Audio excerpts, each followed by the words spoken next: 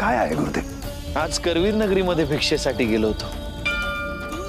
ती भिक्षा तशीच ठेवली आहे. गुरुदेव, आपल्याला माझ्यामुळे उपवास घडला? तुझ्याकडे यायचंच होतं.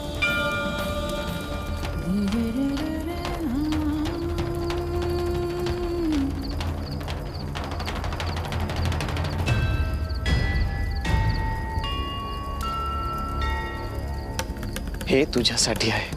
गुरुदेव, किती माया केलीत माझ्यावर, सगळ्यांवरच. जालिंदर, मला ठाऊक आहे आज तू स्थान ग्रहण केले.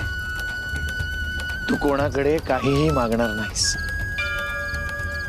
भिक्षेची वेळही टळून गेली होती, त्यात तुलाही उपवास घडला.